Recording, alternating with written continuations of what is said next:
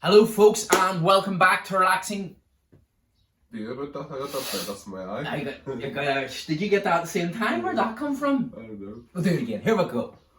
Hello folks and welcome back to Relaxing Woodshop. My name's David. My name's Christopher. How are you? I'm good. How are you? I'm alright, yes, thank you very much. Still waiting on the Easter egg from... didn't go. So guys, we have decided, we have been sitting down, looking at a few plans. We have a fantastic next door neighbour who had like a pedal cart and let me have a look at it and come some of the ways it works. And we've decided we're going to do the hot rod wooden pedal car.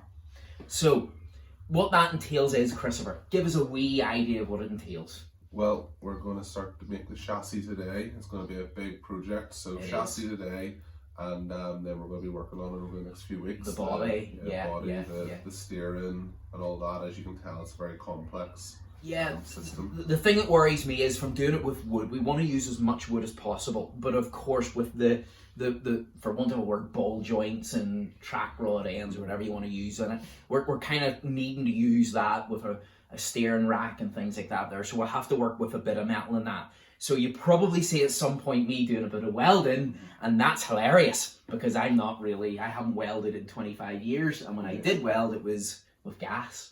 So it was a very long time ago. So, anything else, Christopher? I think we're, 375 subscribers? 375 subscribers, yep. Our goal is 400 for the summer, so 25. Pupils. Do you remember when we first started this and we said it would be great if we got 50? Yeah. And now we're looking for 25 to get to 400, so we are. So yeah, if you could help us out in any way you can, get somebody to subscribe, even if they're not into woodwork, just say, look at these two tubes on YouTube. Yeah. So it is, So, right, we'll get started. Let's go. Here we go. So today, guys, we have a very easy special ingredients list. This bit of wood. We're going to get all the measurements done for it. We're going to cut it out to the correct sizes. We're going to assemble it. I'm getting signed to from my dad. Oh, sorry, the 30 by 13 is going to be the dimensions of it. So yeah, we're going to get it all cut down to size and get it all put into place, and that'll be the chassis done for today. Okay, folks, so let's get into it. I'm actually really excited about this because it's been something that's been rattling about in my head for a couple of years, but I just didn't really have the know-how. And as I've been watching YouTube and watching Third Coast Craftsman and all those other great guys, I've been understanding wood a bit more. So we've done the 30, and then let's get that cut.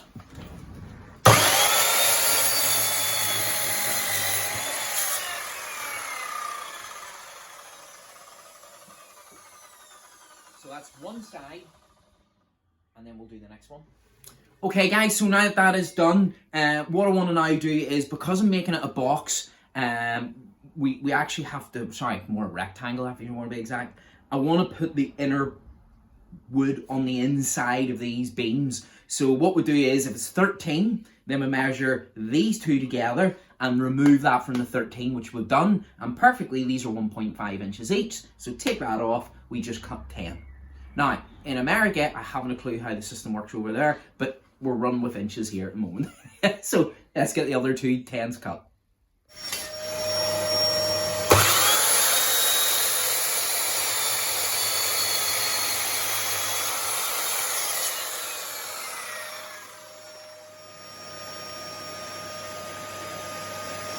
Perfect.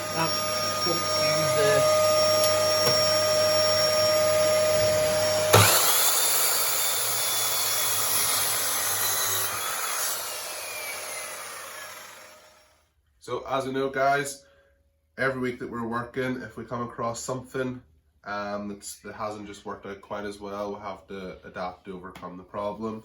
So we were going to cut these to the 10 inches to go in between, but we looked at it and we realised that it was quite narrow and you wouldn't be able to fit it. Well, neither of us would be able to fit in, but the kid wouldn't be able to fit in either.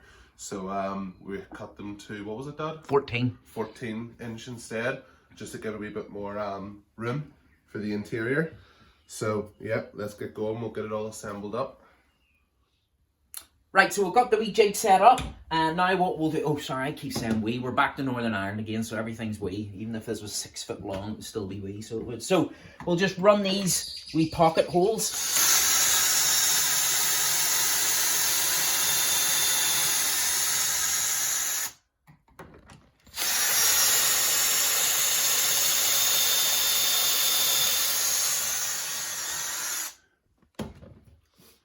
And then what we'll do that 3 more times, and then we'll compress it all together. Okay guys, what I've decided to do, we're going to run these through the planer. A couple of wee bits of the wood are a wee bit rough, and because this is going on a go-kart and potentially a wee child get in it, I don't want any scalps or anything, and we will be painting this as well. So let's get these through the planer, and we'll get them all set up, and then let's assemble.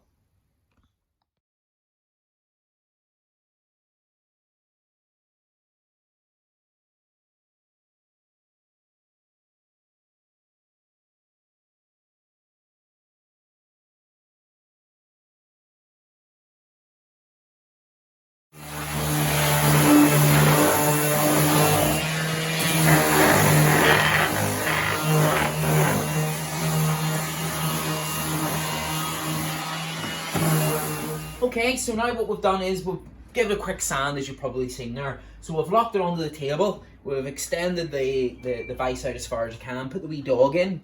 I don't know why they're called dogs. If anybody can answer that question on YouTube, why they're called dogs, I would love to know. So we've got locked in, so nice and simple. Wee screw here, and then we'll get them put through.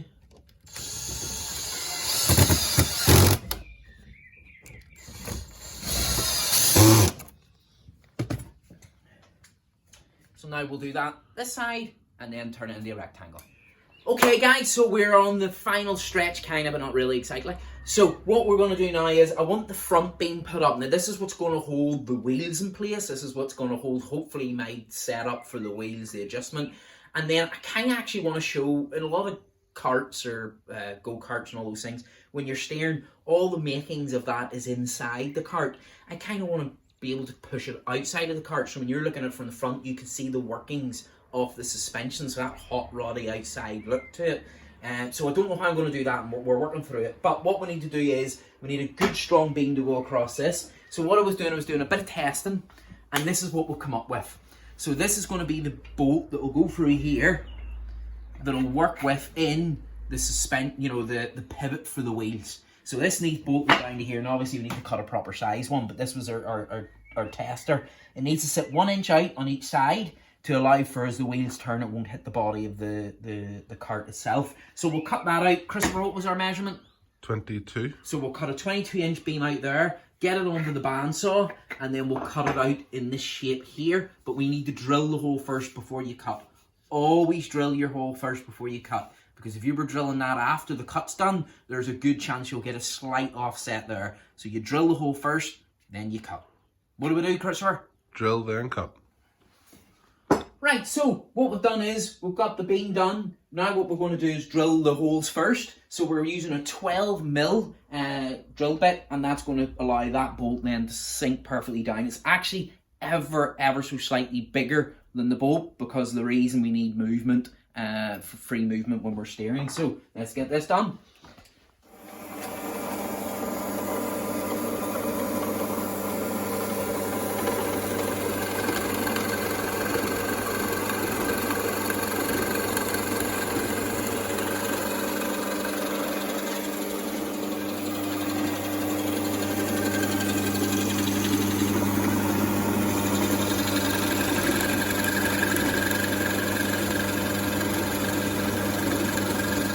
Right, so our holes are done, 1 on each side, so obviously that's where the bolts will go. You'll probably see an idea now that that's the wheels, we've got that pivot, and again I think I would like to have that mechanism showing in the outside, but we'll see how it goes. So now what we need to do is cut these, okay? So nice and easy, follow the line of the cut. Obviously your measurements will always be different because wood has its own way of making measurements. So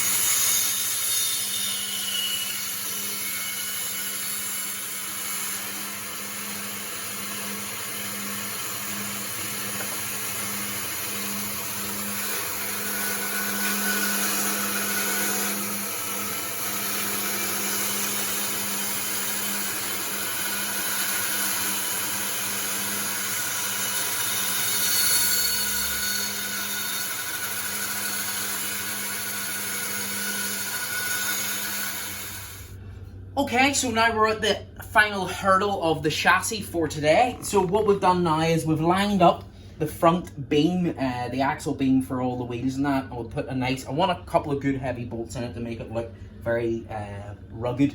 So what we did there was we put 1 inch on the inside here, and then brought that up and then drilled a hole at 5 mil. So we'll do that right now.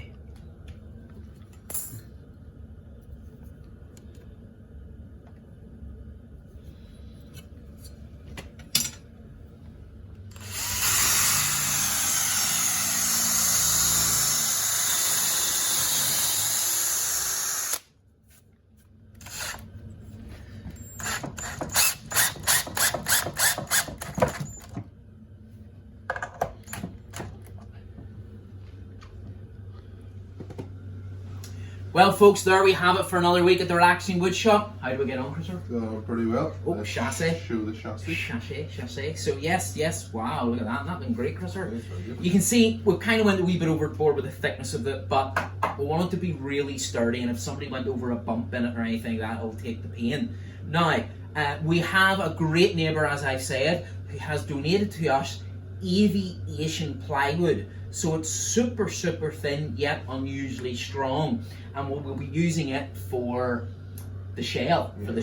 So the person's going to sit here. We're going to get the wheels put through here. I think I might put a wee bit of a lower part there to the chassis, which would tip it slightly to give it that hot rod look that we're trying to aim for. And then at the front end it'll go around here, and we might get a wee bit creative and put a window and all in it. The big job is getting into the components inside as well. So it is. So I think on the next show what we'll do is we'll do the front suspension, get the whole system set up there. There you can see it there, and you can see those big heavy bolts put in there. This will be sprayed silver, so it will give it that look of a proper chassis. Anything else, Clipper? Is that us? I just remember the 25. 25 to get the 400. 25 to get the 400. We would love that, wouldn't we, for the summer, for the autumn, for the winter. Don't want to overstretch yourselves and then embarrass yourselves. So at the end of the day, we do it for a bit of fun, and we'll love taking you along for the journey. So we look forward to seeing you next week On the Relaxing Wood Shop. Take care, guys. Bye bye.